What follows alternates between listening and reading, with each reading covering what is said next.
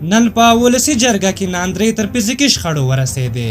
ګرانو لیدونکو السلام علیکم. شاوخوا یوه میاشت کېږي چې د ولسي جرګې د ریاست په سر ناندرې روانې دي. تېره ورځ پرېکړه شوې وه چې د یوې باطلې رایې په اړه به رایه اچونه کېږي. که چېرته دغه رایه باطله اعلان شوې وی نو بیا به انتخابات ترسره کېدل.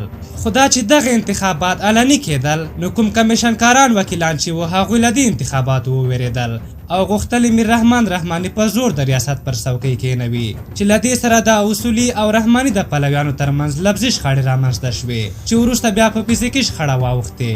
د پارلمان میزونه او چوکۍ ماتې شوې او یو شمېر وکیلان پکې ټپي شول چې اوس یې روغتونونو ته وړي دي. په دغه نښته کې یوازې وکیلان ټپیان شوي خو کوم څوک پکې وژل شوي نه دي او دغه ناندرې لا روانې دي. څو ورځې وړاندې میر رحمان رحماني وویل چې له ریاست له څوکۍ څخه هېڅوک هم نشي لرې کولی. خو کمال ناصر اصولي وایي چې په زور تر څوک د ریاست په څوکۍ نشي کېناستی. دغه ناندرې اوس په قومي بڼه اوښتې چې عاقبت یې ښه نه ښکاري. د یادولو ده چې میر رحمان رحماني د ریاست په دفتر کې وي خو تر دې دمه وکیلانو نه دی پرېښی چې د ولسي جرګې د ریاست پر چوکۍ کښېني. میر رحمان رحماني په ولسي جرګه کې د پروان د خلکو استازی دی او په قوم تاجک دی او کمال ناصر اصولي بیا په ولسي جرګه کې د خوست ولایت د خلکو استازی دی او په قوم پښتون دی. ستاسو په نظر دغه ستونزه څنګه حلېدای شي او څه باید وشي؟